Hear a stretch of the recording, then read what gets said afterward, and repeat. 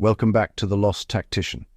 Today we venture into a battlefield of color and chemistry, a struggle that medieval craftspeople understood as intimately as soldiers understand the preservation of their supplies.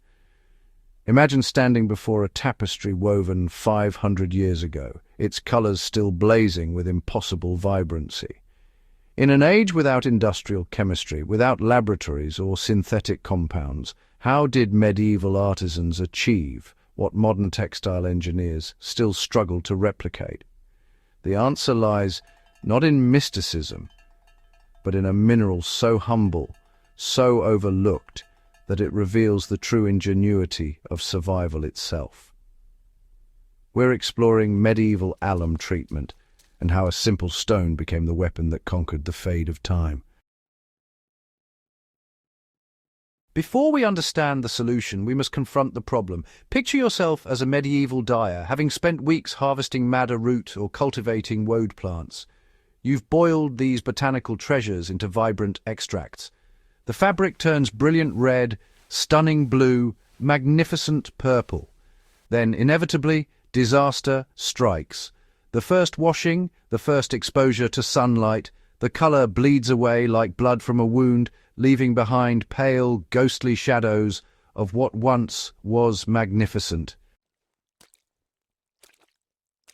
This was the medieval dyer's greatest frustration, what chemists call fugitive dyes.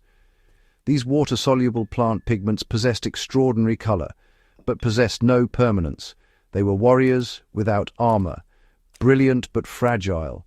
The science behind this failure is straightforward. Natural dyes dissolve in water. They fade under ultraviolet light, and they possess no inherent affinity for textile fibers. Without intervention, they simply surrender to the elements. For centuries, this struggle persisted across the Mediterranean and northern Europe.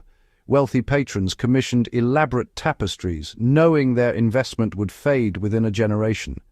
Soldiers' uniforms lost their identifying colors. Royal garments transformed into shabby, colorless rags. Something had to change. In the medieval world, an entirely different kind of alchemy was occurring, one based not on transmuting lead into gold, but on understanding the invisible bonds between matter itself. The answer presented itself as alum, a naturally occurring mineral salt that medieval craftspeople mined from volcanic deposits and saline lakes across the Mediterranean and Middle East. To the untrained eye, it appeared worthless, a pale, crystalline compound with no obvious properties of permanence or power. Yet, medieval dyers possessed an intuitive grasp of chemistry that modern science has only recently validated. When alum is dissolved into a heated solution and fabric is submerged within it, something remarkable occurs at the molecular level. The aluminum ion, the charged metallic heart of the alum crystal, penetrates deep into the protein structure of wool and silk fibers. It doesn't simply coat the surface, it embeds itself, becoming part of the fiber's fundamental architecture. This is the critical distinction that separates medieval genius from mere experimentation. The process itself was ritualistic in its precision. A medieval dyer would heat water, dissolving substantial quantities of alum, until the solution became thick and concentrated.